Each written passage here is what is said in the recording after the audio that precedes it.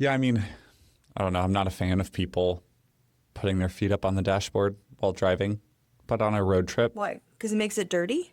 no, I don't care about that. It's in my mind. It's like, okay, the airbag's going to go off and Yeah. their legs are just shattered, you know? That's what is Emily's qualm with it. And before I met her, I never thought about it, but now that she, brought it up, it makes sense why you'd be cautious about putting your feet up on the dash sitting in the passenger side. I don't know. I like to put my feet on the dash. I like to do my mascara while Todd is driving. There is quite literally no bound to things I will do while sitting in the car. I mean, you work from the car all the time, and I don't know. I hit like 25. I used to love roller coasters. I hit 25 and just get nauseous. Like if I'm not driving the car, I'm in trouble. I like to curl my hair in the car. You feel like someone who I could pull up next to, and you have like your foot on the dash while you're driving. It's like cruise control, and it's like, I gotta stretch my legs. Yeah. But Jason, long road trips, you have to be the driver? Yeah, I mean, I can sit in the passenger seat. I prefer to drive. I can't be in the back seat for any extended period of time.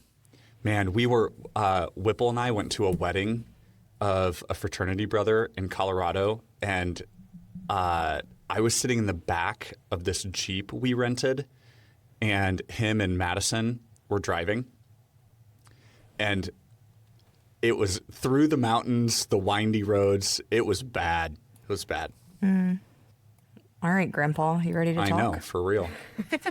And I remember being so annoyed at my dad who like wouldn't go on roller coasters. He's like, no, I'll throw up. And I'm like, come on, it's fun. Figure it out. Yeah. I will say I do put my foot up on the dash while I'm driving, but I draw the line at like sticking my toes out the window. That feels just egregiously wrong. Well, People do that. It's glad you have a I've boundary. seen people do that. Yeah. I did once see a guy driving a motorcycle with his feet up, and that felt that's too far. That feels like a talent. That's not even like relaxing. That's just showing off. I guess, but it made me stressful when I was trying to pass him while doing my makeup and curling my hair. I was like, there's only room on this road for one of us to be distracted, buddy. Nice. My favorite is, I know when Jason feels like we've come to a stopping point, because he'll go, nice. And then cue music. It's perfect. Boom. Yeah.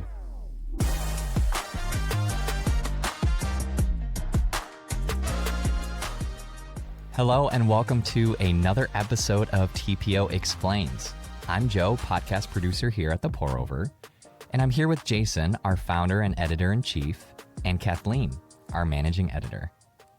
So here's the idea behind the show. Our readers share which topics they want us to explore, and then we bring that to the podcast. Today's winner? Asylums. That's right. Joe, can you explain what is Asylum?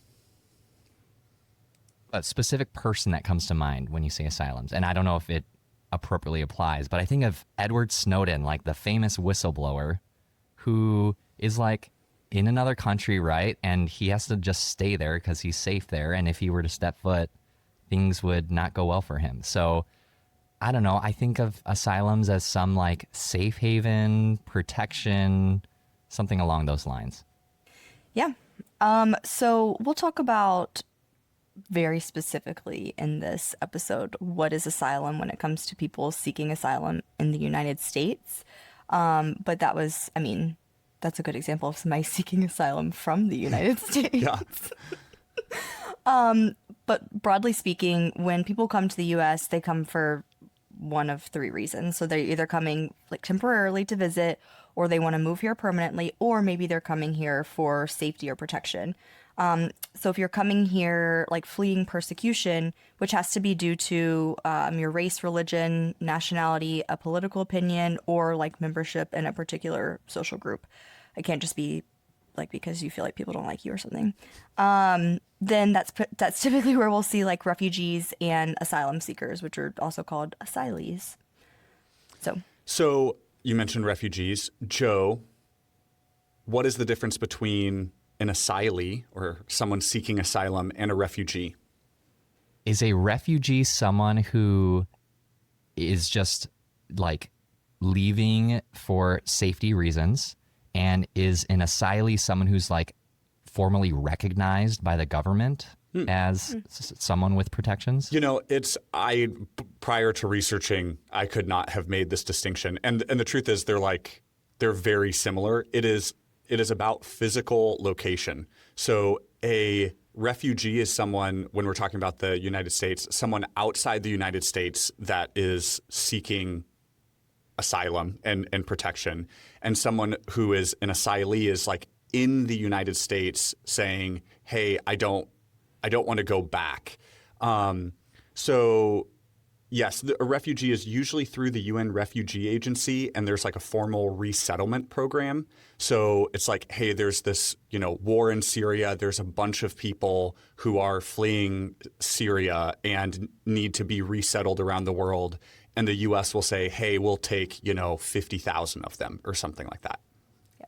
It's just the physical location of where you are when you're applying for protection. Yeah. And once approved, refugees and asylees end up with the same benefits, the long-term rights, and it's just the location that's different. Yeah, I will say another little thing that's different. There is a limit on the number of refugees that the United States will take each year. The president actually sets that annually, like with Congress. They'll review, I don't know, the past 3 years, I think it's been 125,000 is the ceiling of refugees, but we haven't actually hit that ceiling most of the years, maybe in the last decade. But anyway, so there's a limit annually on the number of refugees that we'll accept, but there is no limit for the number of asylees that will be approved. So, Joe, we talked, Kathleen mentioned some of the reasons you can claim asylum. Who cannot get asylum? Let's see, I'm going to guess someone with like some criminal history. I'm sure having a dangerous or someone with a background of doing some dangerous stuff, you wouldn't want that person in. Yeah, one of the things that will disqualify you is if you're part of a terrorist organization. Also, if you've committed serious crimes, so murder, drug trafficking. And I think part of what is important to recognize, and we'll talk a little bit about the process, but like each one of these is individually reviewed. And it's part of just like why there's such a backlog and it's such a cumbersome process. But each individual who is claiming asylum is individually reviewed. And the reasons they're most likely disqualified are they file too late. Again, we can talk about the process in a second. Or their fear doesn't match one of those legally protected categories that Kathleen mentioned. So race, religion, nationality, political opinion, or membership in a particular social group, which feels super vague. I actually saw I saw an example of this because at first you're like, oh, you can't, go to Comic-Con. But it's actually if you're, let's say a part of a family that a family member was targeted, that's not necessarily because of your race or religion, but you're a part of a social group, aka your family, that was targeted. So that's probably the most tangible example. Got it. So reasons you're denied are you don't fit in that category, and importantly, saying like poverty or generalized violence in the country, like that is not enough reason to say like, hey, the country's just violent, or I am like there's no economic opportunity. Then go ahead. Sorry, on that note, so asylum is very specifically about the person. There is, like as an aside, the United States has temporary protected statuses for countries. So like if your country is known to be in the middle of a civil war, very dangerous, then the United States would have a program for like, I'm throwing it out there, I don't actually know what's on the list, like Syria maybe has like a temporary I don't know, a temporary protected status where they're saying your country, we know it's dangerous. Like you can come to the United States and we'll review your case. So the asylum is very specifically about the person, not just they're in a dangerous country. And then the other reason you might be denied is one, you were like already resettled in another country, and then you're just like, hey, my home country is still dangerous, but I want to get to the United States. You'll get denied for that. Or if you pass through a safe third country that we have a relationship with. So the idea is like, hey, if you are fleeing persecution, we want to help you be safe. This isn't meant to just be like hey, I'm fleeing persecution and I'm choosing the U.S. It's like, no, the goal is your safety. And if you passed through Canada, who we have a relationship with, you just need to resettle in Canada. Yeah.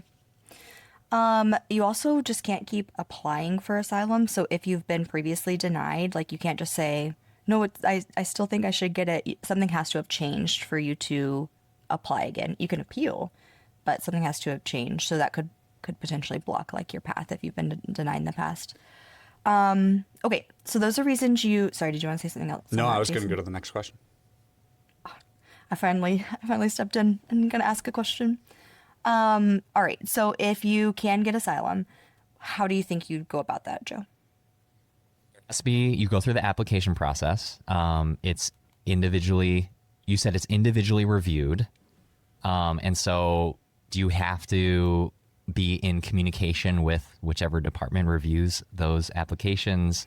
Then you are, I don't know if you're assigned like a case manager is the word that comes to mind, but I don't know if that's the right term. And they're going to have to probably interview and go through that whole process to make sure this is legitimate. Yeah. So there's two types of asylum. Affirmative asylum.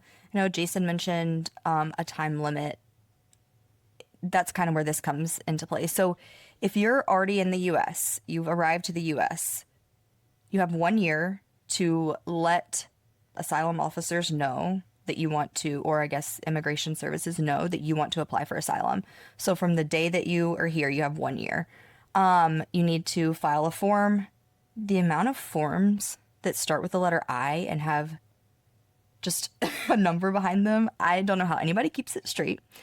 But anyway, so you file a form and you say, I'm seeking asylum. And because you have affirmatively done that, you've come forward and said, here I am, it's been a year, you'll get like an interview with an officer. It's a little bit more casual, and they determine, like, do you have a case for asylum? If they say no, or if it's been over a year, or if you're already in like removal proceedings. So let's say you show up at the border, they're like, yeah, you can't come in. You're like, no, but I need asylum. Then you go into this line called defensive asylum. So you're basically defending yourself against deportation by saying, I need asylum.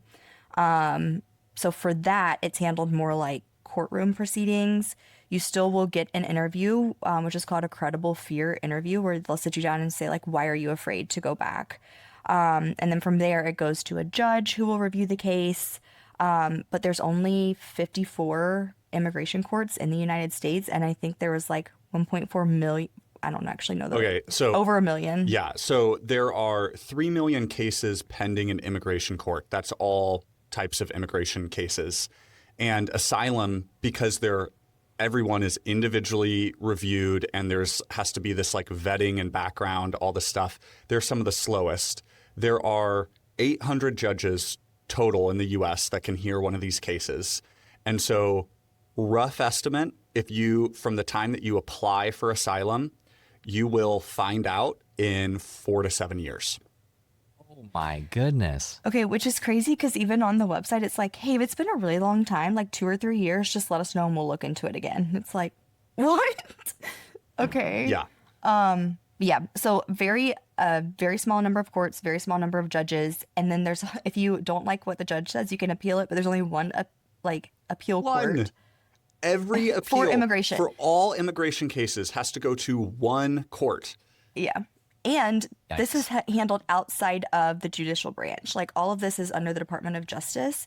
So then if you still don't like it, then you can appeal and it goes to the Federal Court of Appeals. And now it's in like the justice system. And I don't think it ever really gets up to the Supreme Court, but it could. Yeah, the Supreme Court is. I saw some chart where it's like the cases never make it there, but ultimately you do get funneled into the justice system, and it could go up to the Supreme Court. Yes, very, very slow, very tons of forms, and honestly, just wildly inefficient and a huge slog. Yeah.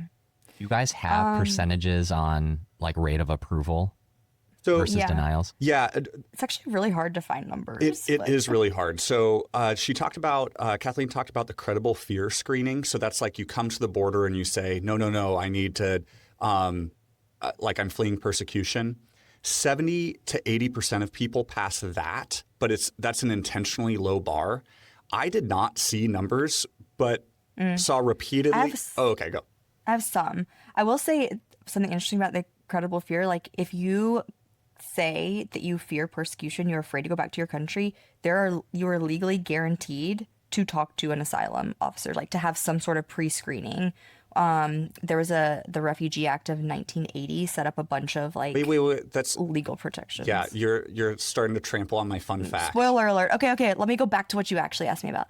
So, as far as approval rates, roughly 50% of asylum applications will be approved, and that number kind of like goes up and down from 40 to 60, but roughly 50%.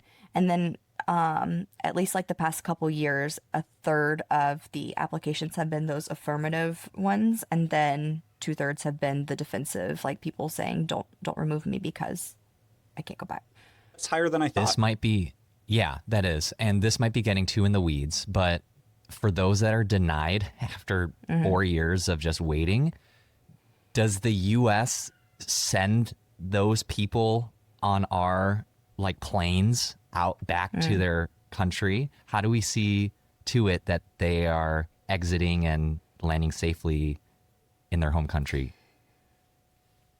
We should do an episode on immigration. Yeah. There's so much I didn't know, and so many like different ways and different like things that progress or pause or halt or deter, or like, I don't know. We should do an episode on immigration. We'll table it. Yep. Yeah. I will say, sorry, one more number. Last year there were about 100,000 applications granted. So if we say about 50%, 100,000 applications were granted. The year before it was like 50,000. And then the applications could also, I guess that was it's people granted. So it was like a lower number of applications. So if you think about the number of cases that are stuck being in the millions, and that those cases might represent families, like the numbers get really high. All right. What happens? So you've gone through the process. It's year 6, and you hear the good news. You're granted asylum.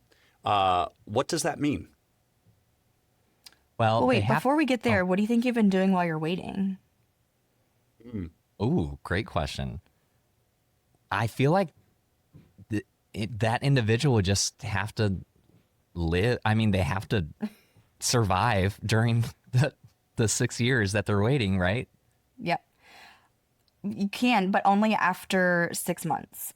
So one, I guess, other distinction between refugees and asylees, since refugees like apply before they're here, they're already screened. Asylees have to wait 150 days to apply to work, which costs about $500 in some cases. And then it's a 30 more day waiting period until you can actually work. So for 6 months, you can't legally work in the United States while you're waiting for asylum. But then after 6 months, you can. Yes. And so then let's fast forward. And you're in this weird pending. You can't travel internationally. Right. You don't get federal benefits. You're in this weird pending legal status where you're protected from being deported, but they're not sure whether or not you're going to be here long term. And so it's like, hey, eventually we'll let you work, but you're not really in. You're just not being booted out. You're not out. Yeah. And then once you are granted asylum, you can live and work in the U.S. You can immediately apply for family reunification for spouses and unmarried children under 21. You become eligible for certain government programs. You can apply for a green card after 1 year and citizenship 4 years after getting the green card. So 5 years total. So once you are granted asylum, it is effectively a path towards permanent residence and citizenship. But importantly, that is assuming the conditions that created the danger don't change. So if you are, prior to becoming a citizen, if it's like, hey, you were persecuted, but now you're not persecuted, it's like, great, you can go back. And so again, like if you came to the US, in its pure intent, you're being persecuted, you flee persecution, and the goal is to go back. And a lot of what we see in the news is like, this is just viewed as a more secure way to stay in the US. And that wasn't its intent. And that's a lot of what the like controversy and rub is and all that. Yeah, makes sense. And just to put it in perspective, like in 2023, that was the last set of numbers that I saw. Refugees and asylees accounted for 8% of legal permanent residents, lawful permanent residents. So a small percent. We do fun facts. Let's do it. I don't have any this time. So put a timer on Jason. Yeah. Ooh. Okay. I should clarify. This was just a huge revelation to me. It's not necessarily a fun fact. Asylum, like as a category internationally, there's obviously like there's some there's some like Old Testament references to like there's cities of refuge. If you're accused of murder, you can go to that city of refuge and different things. So obviously like the concept exists, but internationally and in the US, asylum was not a thing until after World War II. So the motivation, like very recently in like the timeline of humanity, which was so wild to me that it was basically the UN and countries at large were like, wow, we really messed up because the Jews were fleeing the Nazis and we come knocking on our doors and we were just like, nope, and sent them back to Germany where they were then killed. And it's like, that was a huge issue and we can't let that happen again. And so the whole premise like is no country should send people back to a place where they're likely to be persecuted or killed. And so then in the US, we get the Refugee Act of 1980. So it was not a like codified system until 1980. And before then, like even between World War II and 1980 in the US, like there was some like patchwork processes where if you were fleeing persecution, you could get in. But like this is just a very new thing. And I had no idea. I assumed like, the founding fathers were like, hey, here are the different ways you can come here. And asylum was one of them. It is very surprising. And I wonder how the US with our way of doing it compares to other countries and their process. I too had that revelation though, Jason, of like World War II really changed everything. And the fact that the UN, came about and said, okay, well, everybody should have the right to flee persecution. Like if they, this is a human right, was just established less than within living memory. 100 years ago. Yeah. Wow. Yeah. All right, Jason, great fact. Well, I hesitated to say fun fact. Yeah.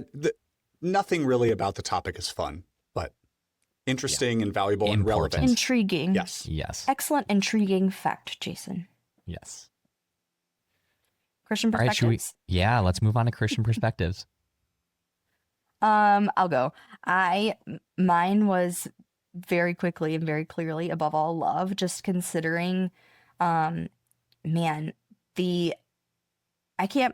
it's very hard for me to put myself in the position of somebody who is looking into this, potentially speaking another language, having to figure out which forms I need to fill out, how much money I'm going to need to do it. Is an interpreter going to be available? How am I going to get there? Can my family come with me? Like just considering, I feel like often I try and put myself in other people's shoes and I just can't in this case. Like it is so beyond what I can even imagine. And then considering the people who day in and day out have to review these cases, and then on their plates is determining, like, is this scary enough to let this person come to our country? The lawmakers who are considering, and the president considering, like, how many people can we accept, and how do I keep people within our country safe? Like, what provisions do we need to make? What boundaries do we need to have? The amount of people and consideration and nuance on this topic, and we're just talking about one small portion of immigration, just really humbled me and made me feel like I want to have love for everyone involved in this process. The people who are, on one side of it, the people who are on the other. I think there's a reasonable, there's reason to believe that everybody has the best interests of everyone else in mind. And so, yeah, I would agree, but you came at it from a better place of love than I did. Mine, like, when I started getting into, like, specifically the courts and the backlog and all this stuff, like, I just grew very, like, frustrated and cynical. And, like, you see the number of asylum applications have jumped massively. And it was like, I needed to like calm down and remind myself of all the things that you just said, Kathleen. And specifically the verse that came to mind, like, my posture was, can we like throw this all out and start over? Because this is just such a mess. And we need to just, like, stop this and try to figure out a new way or a better system. And the verse that came to mind was Galatians 6:9. Let us not grow weary of doing good. It's like, this is a good work. We are specifically called to love foreigners and immigrants. And this is a very tangible way that we can do it. And it is messy and it's a slog. And so if you are remotely in this system, regardless of where you are, I want to thank you and encourage you to not grow weary of doing good, because this is a good thing, even though I'm sure it is frustrating and hard to everyone who's involved, whether or not you're processing the applications or submitting an application. Yes, thank you, and keep it up. What an important word. Thanks, guys. Well, thanks everyone for joining us on another episode of TPO Explains. As a reminder, you can watch this episode on YouTube and Spotify. Make sure to like, comment, and subscribe. We'd love to hear your thoughts and feedback. Thanks for tuning in. Until next time. Bye.